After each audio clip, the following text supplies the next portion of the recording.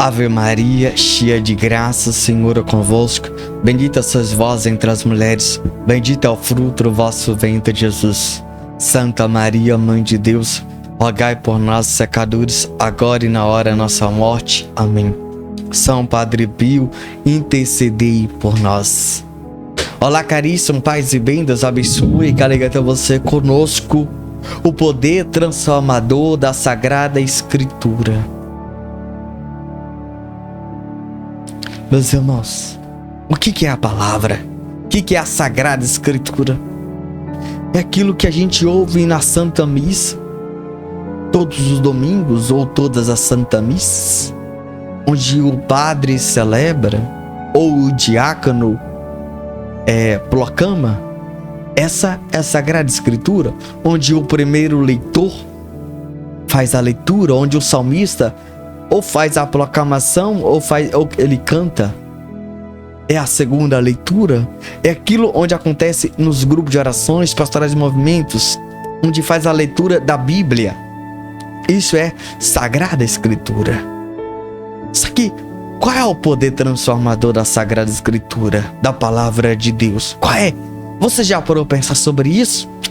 A Bíblia tem poder sobre a sua vida, sobre a sua família, sobre a sua casa, sobre os seus sonhos, sobre os seus projetos. Se ela não tem, então não tem por que você ouvir essa pregação. Como assim, Wênio? Meus irmãos, a Bíblia é como uma lei.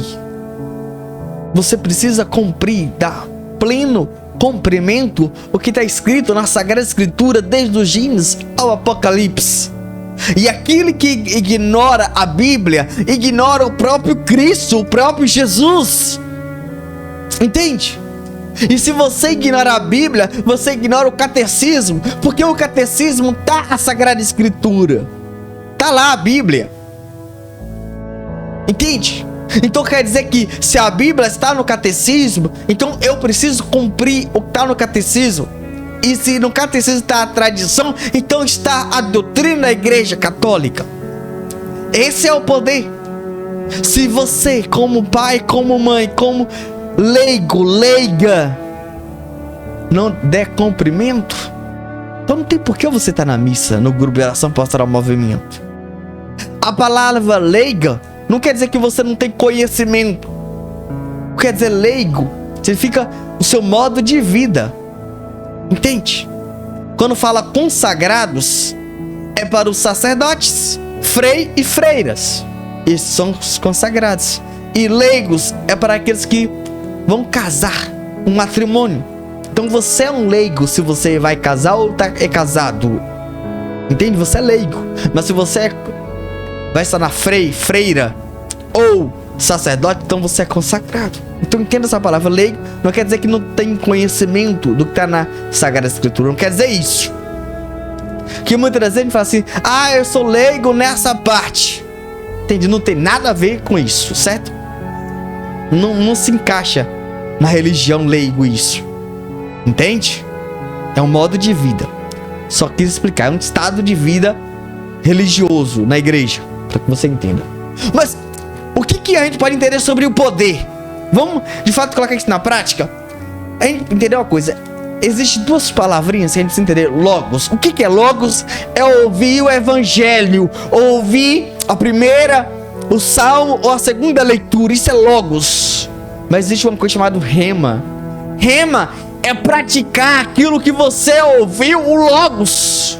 O logos quer dizer agora eu ouço o evangelho, a primeira, o salmo ou a segunda leitura. Rema é praticar de fato a doutrina, praticar aquilo que Deus falou através do padre ou do presidente da celebração, ou aquele que está pregando a palavra, ministrando a palavra, o missionário, pregador, o ministro da palavra. Então isso é o Logos, ele está anunciando a boa nova, anunciando a conversão, a cura, o milagre, a libertação, a exortação, a edificação, a consolação. Isso é o Logos para a minha vida. Mas você tem praticado corrigindo o rema na sua vida. Não. Isso, o rema é só para o Enio, é só para o padre, não é para mim. Então não tem por que você ouvir a palavra. Entende?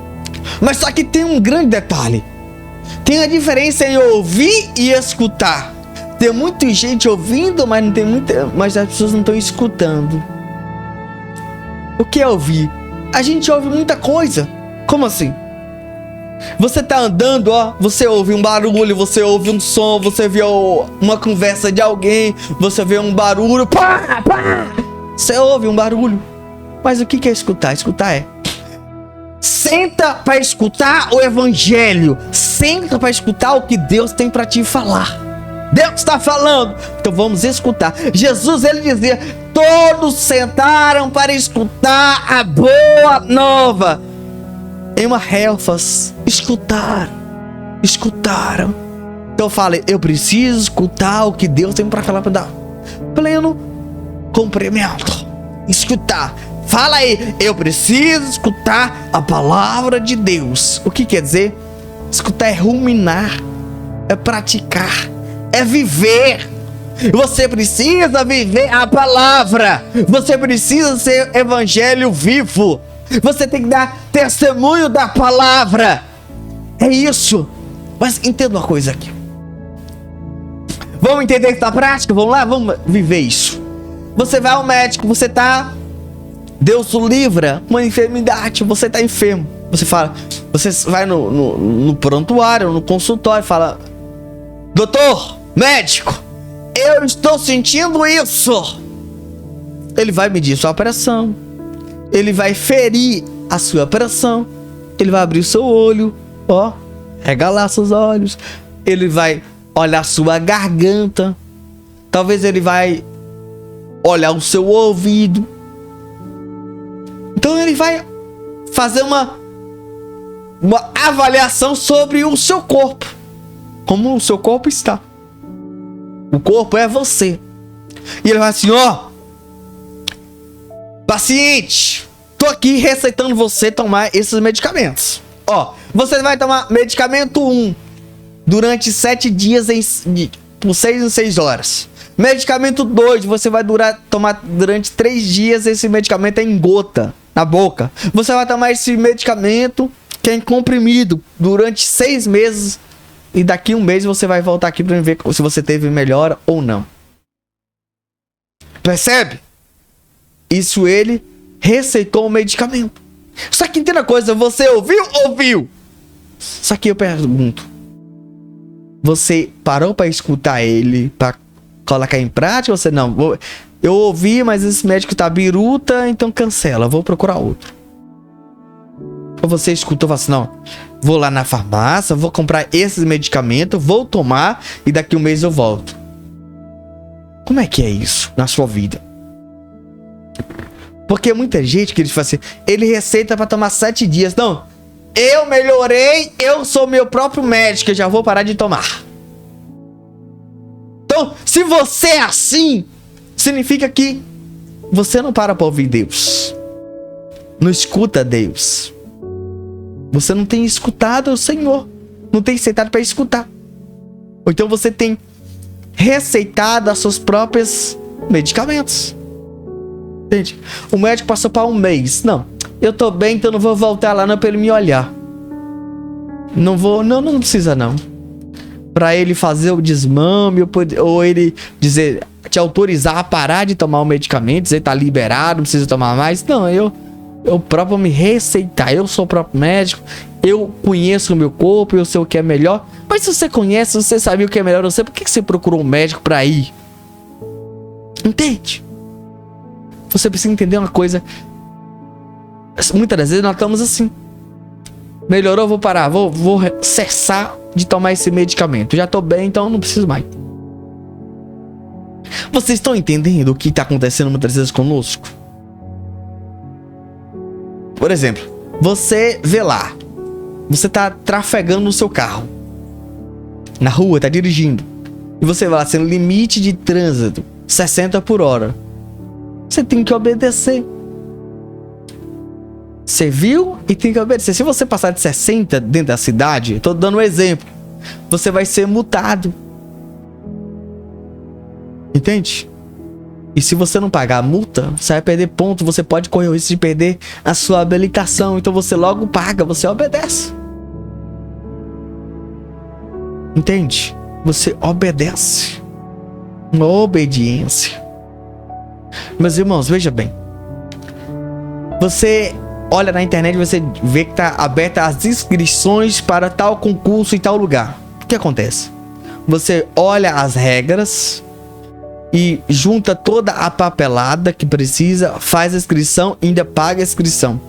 Aí você fala assim, ó, tem que fazer a inscrição até dia 10, não pode passar, então você corre logo e faz logo a inscrição. Se você busca fazer logo dia 2, 3, se der alguma coisa errada, você busca logo até dia 4, 5, porque se passar do dia 10 já era. Então você busca logo pagar o boleto, tem que pagar e pronto. Aí você olha lá o assunto, você busca estudar logo o assunto, certo? Aí você busca estudar. Nem se você buscou estudar o assunto, você fala assim, agora chega dia 20 e agora eu vou fazer a prova. Aí tá lá, ó, você tem que chegar 1 hora antes para entrar na sala e tá sentado.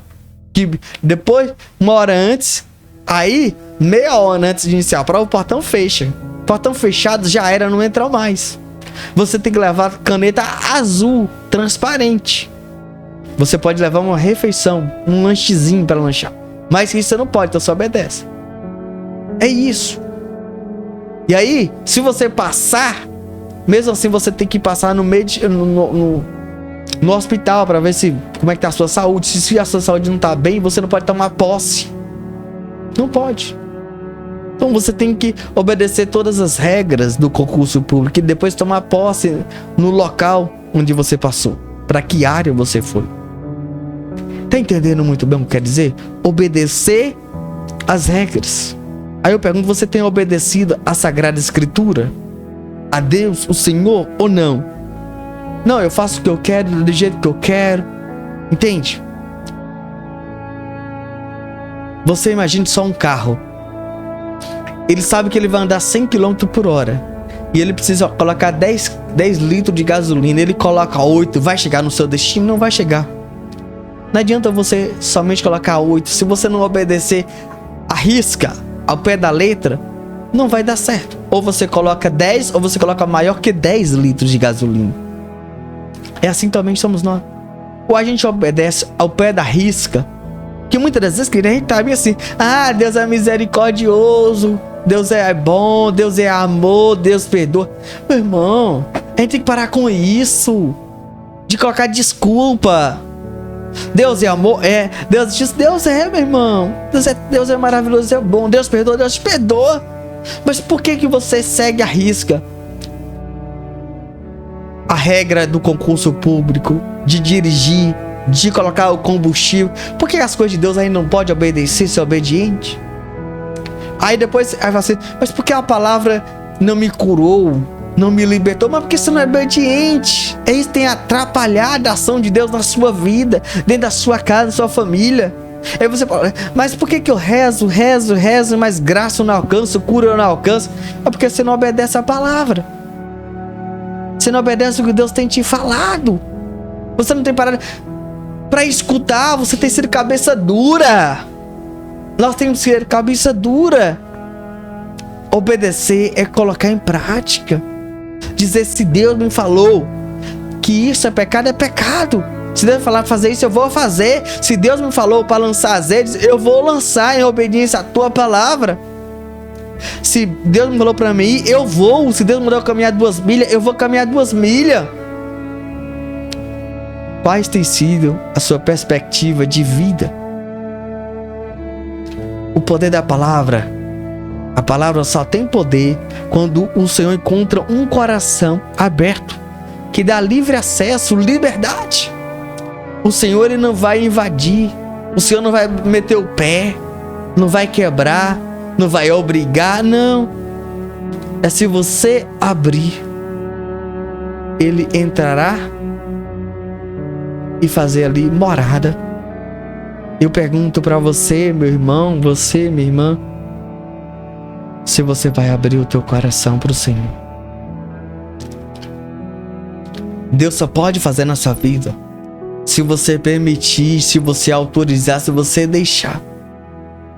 Você precisa deixar Ele tocar na sua ferida. Você precisa deixar Ele tocar nas suas dores. Você precisa obedecer os mandamentos da palavra de Deus. Os mandamentos não é para os consagrados, é para os consagrados e para os leigos. É para todo mundo. Não é só para uma ou duas pessoas, é para todo mundo. Entende? A palavra tem poder de te curar, te libertar e transformar. Mas você obedece ou você tem rejeitado os mandamentos, a lei e a doutrina? Meus irmãos, Pedro jogou a rede e a pesca dele foi abundante, porque obedeceu. Quando nós estamos desobedientes, o padre fala assim, ó, vai ter tal reunião, você nem comparece, você nem lê o texto, você não escuta o padre, você não se disponibiliza, você só critica. Você tem parado para ler, para escutar e dar cumprimento? Perguntar do padre como isso pode ser feito, como isso deve ser feito, como o Senhor me orienta. Entende? Como tem feito isso, meu irmão? Como isso tem acontecido de fato? Você precisa hoje parar e refletir. Você precisa hoje se conscientizar nesse sentido, nesse aspecto. Entende? A missa é às 19h30, você chega às 20h. Como é que você quer alcançar uma graça de Deus, uma cura, uma libertação, sendo que você não é obediente? Você não obedece. Entende? Tem muita gente que a mãe fala assim, filho, pega água pra mim. Ele finge que não tá ouvindo. Entende? Não tem como você alcançar uma graça sendo que você é desobediente com seu pai e sua mãe. Se o patrão fala com você, ó, você tem que chegar aqui tal horário, 8 horas, você chega às 9h10. E hora de sair é meio-dia, você não chega. Você quer sair 11h30. O patrão fala que você tem que fazer tais atividades, tais trabalhos, você entra no ouvido e sai no outro. Meus irmãos, se você não entende, não obedece isso, imagina a igreja, o padre, o seu coordenador. Entende? A gente muitas vezes está fazendo tudo de qualquer jeito, de qualquer forma, e as coisas não podem ser assim. As coisas de Deus, nós temos que priorizar. Nós temos que priorizar.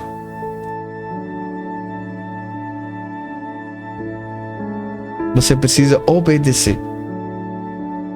Você precisa obedecer hoje, agora. Você precisa refletir sobre isso. Se você não obedecer a Deus, quem você vai obedecer? Padre Pio disse que obedece e não erra. Essa é uma verdade. Quem obedece não erra. Quem erra é a pessoa que está te mandando. Meus irmãos, o poder da palavra é esse. O poder da palavra de Deus sobre as nossas vidas. Qual é? Ele encontra liberdade, ele encontra acesso ou não? Ou o seu coração está fechado? Da minha vida cuido eu, a minha vida é minha, eu faço o que eu bem quiser. Eu sou o dono do meu próprio nariz. Como é que tem sido isso? Que nós possamos responder o nosso sim, mas dando a Deus liberdade. Amém? Nós vamos ler um relato que nós retiramos nosso próprio site. Presta atenção nesse relato que vamos ler a partir de agora. Presta atenção, por favor, com muito carinho, muito amor. Deixa Deus tocar no seu coração. Padre Pio se assemelhou a Cristo além dos estigmas, no silêncio, obediência e amor. A configuração de Padre Pio com Cristo tornou-se luminosa, sobretudo no sofrimento, afirmou ele. A sua vida é uma paixão, e as semelhanças com o sofrimento do Salvador também são demasiado evidentes. Começam precisamente pela incredulidade e pelas perseguições daqueles que deveriam ser os primeiros a poder e dever compreender, enquanto que até as multidões humildes e sinceras assediavam a Igreja das Graças e o confessionário do Padre, provenientes de toda a Judéia, de Jerusalém e da costa de Tiro e de Sidom, para utilizar as palavras de São Lucas. Em suma, vinham de todas as partes do mundo para escutar o Padre e para que ele as curasse das suas doenças, e todos procuravam tocar-lhe, pois dele saía uma força que a todos curava. Contudo, para magoá-lo no profundo de si mesmo, fazendo-o agonizar como o Salvador no Horto das Oliveiras, contribuiu o fato de não ser tanto pela Igreja, pelos homens da Igreja, que descarregam sobre a comunidade animada pelo Espírito de Cristo, que a torna admirável sacramento de salvação, o peso das suas misérias, cobiça, ambições, mesquinhez e desvios. Em 1972, o cardeal Giuseppe Siri fez-se eco dessas palavras, afirmando: os primeiros que deveriam ter reconhecido Jesus Cristo foram aqueles que o enviaram à cruz. Também a Padre Pio sucedeu o mesmo. Ele foi reduzido a um ser rejeitado, prisioneiro e segregado. Chegaram ao ponto de impedir-lhe de comunicar-se com o povo. No decreto de reconhecimento da heroicidade da sua virtude, emanado em dezembro de 1997, como conclusão do processo de beatificação, é afirmado oficialmente, embora de forma discreta, que o padre teve de sofrer muito, precisamente por causa da Igreja. Experimentou durante muitos anos os sofrimentos da alma. Durante anos suportou as dores das suas chagas, com fortaleza admirável. Aceitou em silêncio e na oração as numerosas intervenções da autoridade eclesiástica e da sua ordem. Calou-se sempre frente às calúnias. Foi obediente a todas as ordens dos seus superiores, mesmo quando elas eram vexatórias. Como já vimos, durante toda a vida, Padre Pio não foi querido pelas autoridades eclesiásticas. Contudo, nunca em ocasião alguma lhe foi ouvida uma única palavra contra a Igreja ou contra as autoridades em questão. Escreveu ainda o cardeal Lercaro: em Padre Pio talvez não haja nada de mais impressionante do que o seu silencioso, persistente e quase obstinado, embora muito humilde, amor à Igreja, a sua fidelidade à Igreja, mais do que os milagres, carismas, visões, bilocações e conversões clamorosas. Foi certamente esse amor que transformou o Padre Pio num grande santo, tão parecido com Cristo e tão útil para a salvação do mundo.